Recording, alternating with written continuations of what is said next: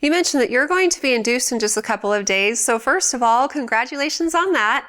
And you mentioned that your doctor is going to use a cervical foley or a balloon to help with the induction process. And so let's start out with what that is. It's a rubber tube that's inserted through the cervix, and so you at least have to be a little bit dilated for it to go through, and then a balloon is blown up on the other side of the cervix.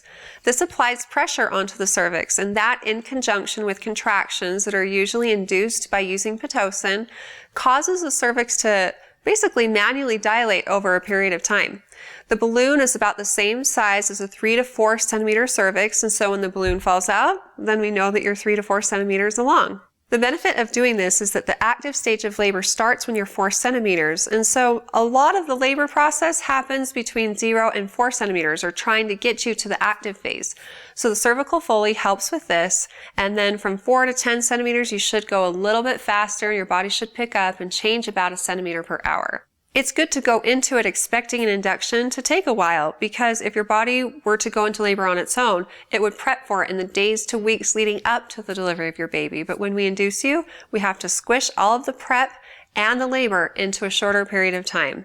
So if this is your first baby, expect that on average, if you were to go into labor on your own, it takes 12 to 18 hours. And if we have to induce you, you have to allow for time for the induction and then time for the labor.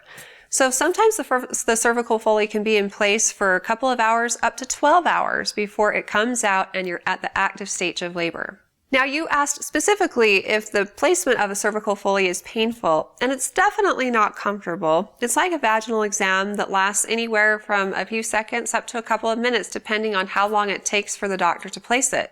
Talk with your OB provider at your next appointment about pain control options so that you can be more comfortable during the procedure.